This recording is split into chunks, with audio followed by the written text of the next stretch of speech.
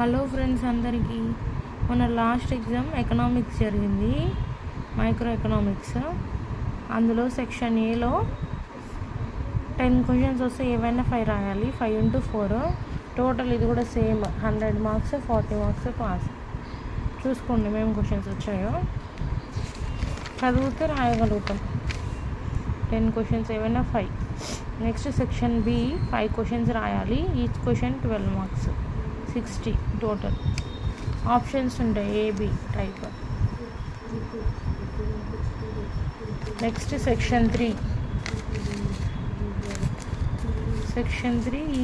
Each question 20 marks. Any 1 question. 2 questions ఉంటాయి, ఏవైనా 2 questions రాయాలి. చదివితే రాయగలుగుతాం.